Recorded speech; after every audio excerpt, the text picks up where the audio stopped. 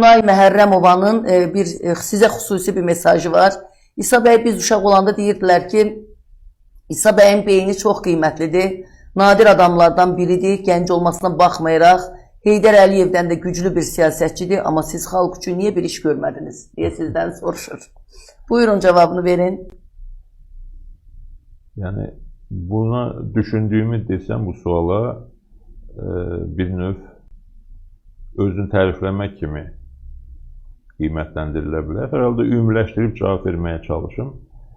Yəni, nəyə görə Rusiya Azərbaycanda Rəsulzadə hakimiyyətinin davam etməsinə imkan verməyib?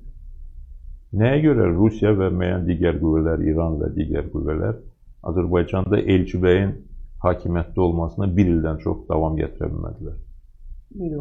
Nəyə görə 2003-cü ildə seçkidə mən Müsavat Partiyasının və bizim Azərbaycan blokunun təmsilçisi olaraq qalib gəlsəm də mənim qələbəmin gerçəkləşməsinə imkan vermədilər?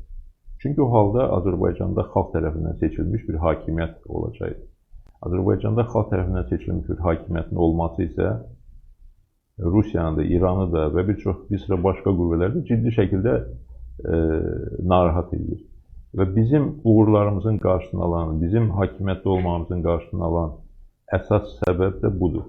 Azərbaycanın nəzarət altında olan, idarə olunan bir ölkə olmasını istəyirlər. Ona görə də xalqın rəğbət bəslədiyi, xalqın səs verdiyi, xalqın hakimiyyətə gətirdiyi və gətirmək istədiyi şəxslərin qarşısı bu qüvvələr tərəfindən alınır. Bu gerçəyi hər kəs bilməlidir. Söhbət İsa Qəmbərdən getmir. Bu gerçəkdən söhbət gedir. Bu gerçəyi hər kəs bilməlidir.